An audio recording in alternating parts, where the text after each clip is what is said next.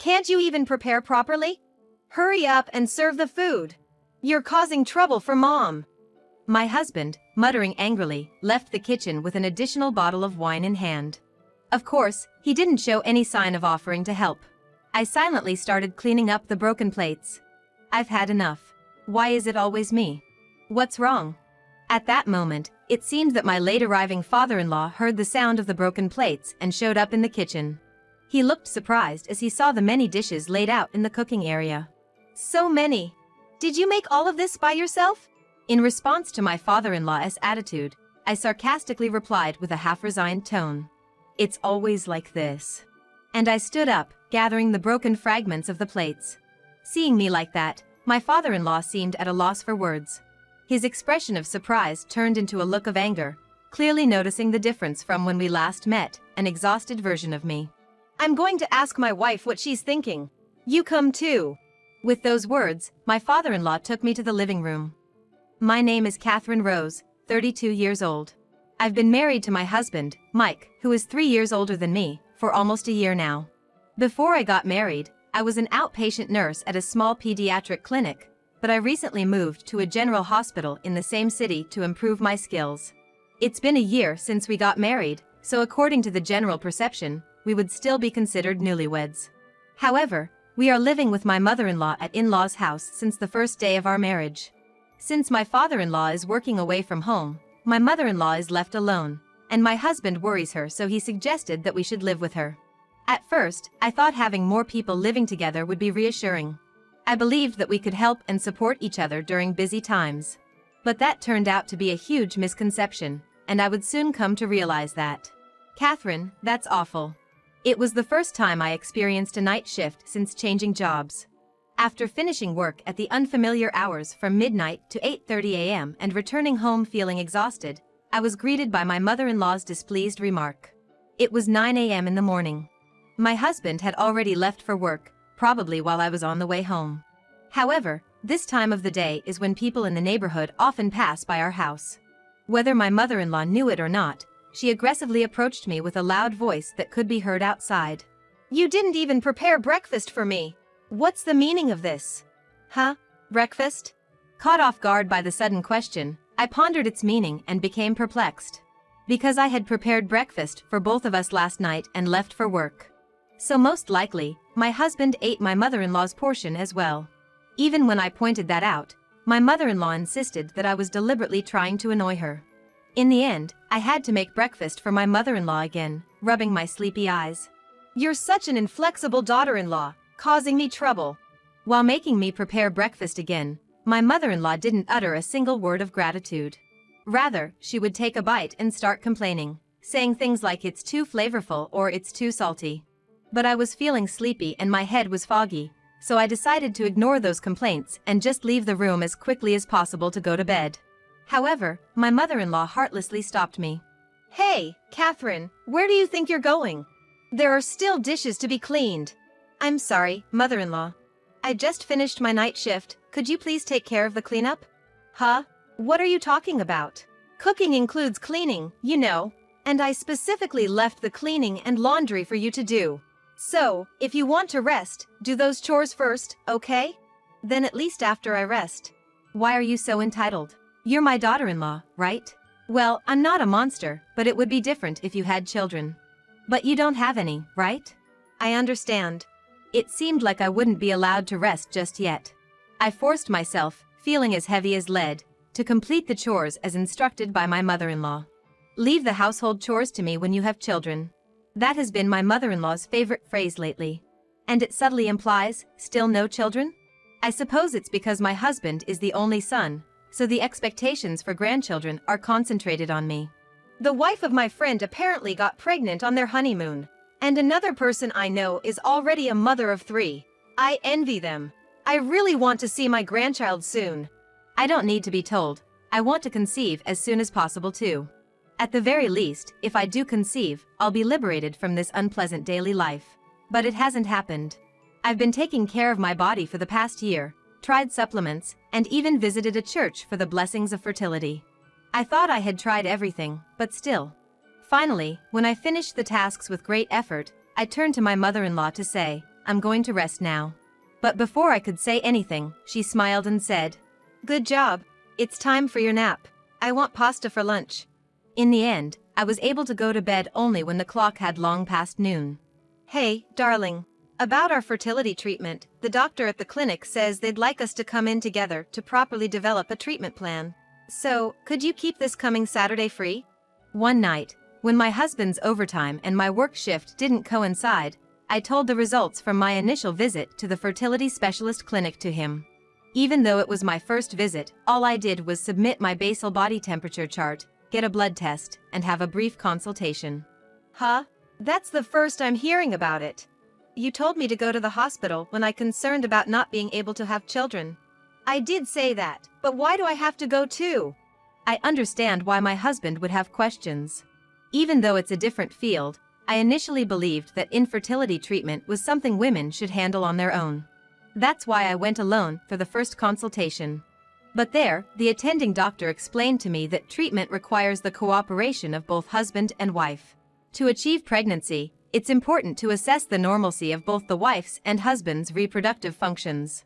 By thoroughly examining aspects such as the volume and concentration of semen, as well as the motility and morphology of sperm, abnormalities such as azoospermia and oligospermia can be detected. Depending on the results, it could greatly influence the subsequent treatment plan. In other words, it is quite crucial for a semen test to be conducted during infertility treatments. So, they'll explain the treatment plan to you as well. Why should I listen? It's got nothing to do with me. That's not true. This is a matter for us as a couple, isn't it? Put yourself in my shoes, having to face your mother each time and being asked if we have a child yet. Don't speak ill of my mother. Isn't it because you're infertile that we're in this situation? Please get it sorted out quickly. That's why I need your cooperation. In addition to checking the fallopian tubes and follicles for infertility treatments, a semen test is absolutely necessary. I'm healthy and there's no problem. Our marital life is going on as usual and the volume is adequate, isn't it? So, there's no need for a test. Then prove it. What if my colleagues saw me going there? Are you trying to make me look bad? Anyway, I'm absolutely not doing it. Did I ask in a wrong way? My husband seemed to have taken offense, and, as if to say the conversation was over, he pulled the blanket over himself and started snoring loudly. Looking down at him, I let out a deep sigh. The existence of night shifts, I think, is one of the symbols that being a nurse is a unique occupation. The composition of night shift schedules varies by medical institution, but at my workplace after changing jobs, we basically work in 3 shifts, so in addition to daytime duties, there are 4 to 5 night shifts a month, and about 8 shifts including late night shifts. But what's hard is not the irregular working system. It's the amount of instructions from my mother-in-law given at home one after another. Although nurses are supposed to be exempted from daytime duties after a night shift, since I have to do housework, I actually had no days off. If I knew this reality was waiting for me from the start, I wouldn't have considered changing jobs. My mother-in-law started to get tough on me after we were married for a year. It's unbelievable to see my current mother-in-law, but she didn't force me to do all these household chores right after we got married. Is it because I haven't been able to conceive a child no matter how much time passes? After maintaining such a lifestyle for just over half a year, my body, which was once in a healthy shape when I first got married, had now become so skinny that my bones were visible, transforming into an obviously sickly figure. But oddly enough, neither my mother-in-law nor my husband seemed to notice my changes. Because we see each other every day, we might just overlook some things because of that. One day in the summer, my husband approached me with a gleeful look, having a plan in mind. Mom's turning 60 this Sunday, and we're gonna have a party for her. She's pretty pumped and wants to invite a bunch of friends, so could you help out with the prep? Saying so, he handed me a piece of paper. Written in my mother-in-law's handwriting were the names and contact information of the guests, the menu for the meal, the specified tableware, the order of serving the dishes, and even the brands of alcohol to be prepared. What was astonishing was the number of guests and the schedule. With my father-in-law's name taken for granted, I blurted out, 10 people. Cooking for that many with this menu. And on Sunday, I'm just off a night shift. Can't be helped. Mom insists it has to be that day. You'll be fine. You're always up until mid-afternoon anyways. It's a daytime celebration, no problem.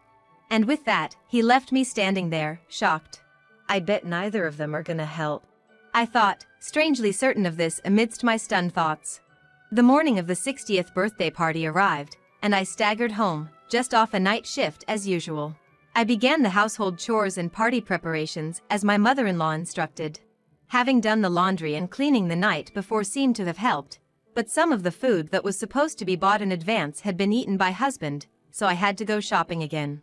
Thanks to this mishap, guests began to arrive at our home before I even started making the main dish.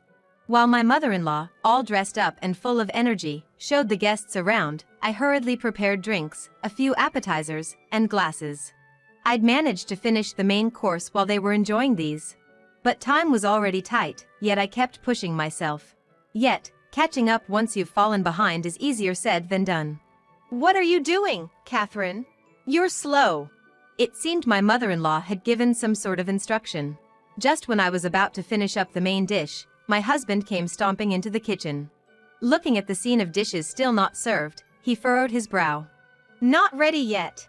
Can't you prepare properly? Serve the food quick. Don't trouble Mom. He grumbled and grabbed the wine bottle that had been left to breathe. At that moment, the stacked plates for serving collapsed. Several fell from the counter and shattered. They were my mother-in-law's favorite plates, and I turned pale. But Mike looked calm. Shouldn't have stacked them there, he said, and then he left the kitchen. Of course, there was no sign of him helping. I squatted down on the floor and quietly started cleaning up the broken plates. I'm so tired of this. Why is it always just me? What's happened? A gentle voice reached my ears. Surprised, I turned around. There was my father-in-law, John, standing at the kitchen entrance with a large bag. He had apparently arrived late. Oh, a plate broke, did it? Are you hurt? His words, devoid of reprimand and filled with genuine concern, unexpectedly warmed my eyes. I can't remember the last time someone spoke so kindly to me in this house. After all, I haven't seen John since New Year's. John came over to me, squatted down, and helped me clean up the broken plates. He then looked surprised at the abundance of food in the kitchen. All of this, Catherine? Did you make all this by yourself? He looked around for anyone else who might have helped with the preparations. But there was no one else to be found. He was never there from the start, in this house. I half-heartedly said in self-mockery, in response to my father-in-law's demeanor. It's always the same thing, you know. Then, I gathered the shards of dishes I had cleaned up and stood up. Seeing me like that seemed to leave my father-in-law at a loss for words. I was not the same as when we met before, a clear image of me, worn out. My hair and skin were in a terrible state, dark circles under my eyes, and no traces of the cheerfulness I once had. The mountain of dishes in front of me and my words. All the pieces led him to a single conclusion. The surprise on his face turned into anger. I'm going to ask my wife what she's up to. You should come too, he said in a tone lower than I've ever heard, about to leave the kitchen. I hurriedly stopped him. But the cooking isn't finished yet. You don't need to do it. He silenced my small resistance. Then, my father-in-law took me to the living room. When we got to the living room, my mother-in-law was pouring the wine my husband had brought for their guests while chatting with them. Catherine, dear, how much longer will you keep us waiting? Oh, you're finally here, too. Everyone, this is my husband, John. He's been working away from home for a long time, but he came back especially for me today. As my mother-in-law introduced John, the guests gave a polite nod. In response, John gave a slight bow. Ladies and gentlemen, thank you very much for coming today. I'm John, her husband. My stupid wife always appreciates your kindness. Oh, John, you're so mean, calling me a fool. You know it's my 60th birthday today, right? A fool is a fool, not a sign of humility, but the real thing. What? That single word, and the cheerful atmosphere in the room instantly turned silent. John, who had me standing hidden behind him, had me stand beside him and turned back to the guests. Let me introduce you. This is Catherine, my son's wife. John, dear, Catherine is still busy with preparations. Ignoring his wife's attempt to stop him, John continued. A year and a half ago, she married our son. She was a cheerful girl with a big heart, and above all, she had a wonderful smile. I was sure that she would bring a bright future to our son. But how does she look to you all now? At least half a year ago, she wasn't this worn out and she didn't look lifeless. As John stopped speaking, whispers spread among the guests. She looks so different from the photos. She's obviously lost too much weight. Listening to them, John turned to his wife. Explain why Catherine has changed so much. I don't know. Isn't it because her work is too hard? She switched to a hospital with night shifts after New Year's, remember? So you're saying that all of Catherine's colleagues are in this state of health? That's a clear violation of labor laws. I need to contact the healthcare workers union. No, that's not it. You're still playing dumb? I heard it. You've been working Catherine to the bone without giving her a break. Even today, she just finished a night shift. And you let her handle all the cooking for this many people alone. That's how it happened. When I stepped from the kitchen into the living room, I opened up to my father-in-law about everything. For the past 6 months, I was given hardly any days off and lived my days like a maid. My mother-in-law turned her face away, unable to argue, and then my father-in-law stared hard at my husband. You too, Mike. You knew Catherine has been going through this, so why did you do nothing? Well, isn't that a problem between Catherine and Mom? I have nothing to do with it. What did you vow at the wedding? Didn't you promise to protect and make her happy? Does she look happy to you now? Well, yeah, there were times when I thought things were getting out of hand. But Mom said that it's natural for a wife without a child. A man should prioritize his spouse over his mother. You drove your previous wife to the edge. Did you forget your past divorce? At my father-in-law's words, my husband fell silent, his face turning beet red. And I, too, looked up at my husband with my mouth agape in surprise. I knew he had been married before, and I had decided to marry him knowing this. But I had no idea that his ex-wife had been treated in the same way as I am now. But while I was surprised, a part of my mind somehow oddly accepted, so that's what happened.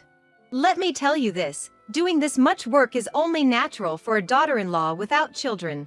A year and a half into marriage and still not blessed with a child, you're failing as a wife. This woman is. Even if she is infertile, there's no fault in that. So, your claim is simply venting your anger. What? What do you know, you who've been away from home all the time? You don't know, do you? The misery of being the only one without a grandchild while everyone else is bragging about theirs. I wanted a grandchild so badly. With that, my mother-in-law finally broke down crying. I felt a bit sorry for her, but that didn't make the physical and mental pain I had endured for the past 6 months disappear. Even more so because there was a history with his ex-wife. It's impossible, you know. I'm sure no grandchild will ever come to you. I said so firmly, and then I thrust a few scraps of paper I had brought from my room into my mother-in-law's face. It was the result of the tests at the fertility clinic I was attending. Blood tests, AMH, uterine tube patency tests, anti-sperm antibody tests, etc. Everything was normal. My body is fine. If the same was true for your previous wife, there's only one answer to be drawn from that. The problem is with you, Mike. Huh? You must have had an inkling, right? That's why you were so resistant to the tests, weren't you? Yet, instead of defending me, you treated me like a housemaid along with your mom. Until now, I had been quiet about these test results because I still loved you. But today, after being yelled at again, and not getting any help, and finding out you had done the same to your ex-wife, I just don't care anymore. Let's get a divorce, Mike. Wait a minute. You're saying I'm sterile, that's not true, is it? If you feel that way, why not just get a proper checkup? To be honest, I couldn't care less about the result anymore. Having had my say, I turned my back on my husband, who was persistently making some excuse, and my sobbing mother-in-law, and left the living room. Just before I closed the door, I faintly heard the guests getting up from their seats one after another. After that, my husband and I formally divorced through our lawyers. My husband tried to fight it, but thanks to my father-in-law recording our conversation that day in the living room, it was recognized that I had been suffering emotional abuse from my husband and mother-in-law for 6 months. Moreover, my husband reportedly had a semen analysis which confirmed that he was indeed infertile, and my mother-in-law was apparently livid.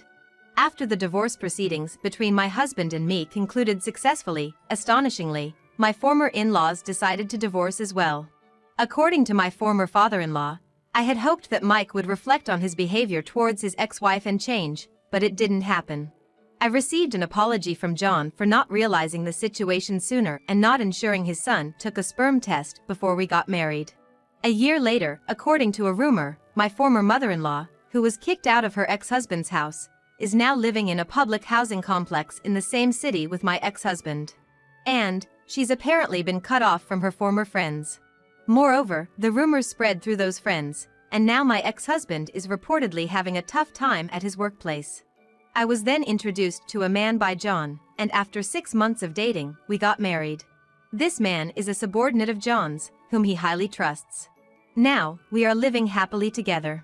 Recently, I found out that I'm 2 months pregnant when I visited the gynecologist, so we're planning to share the news with John soon.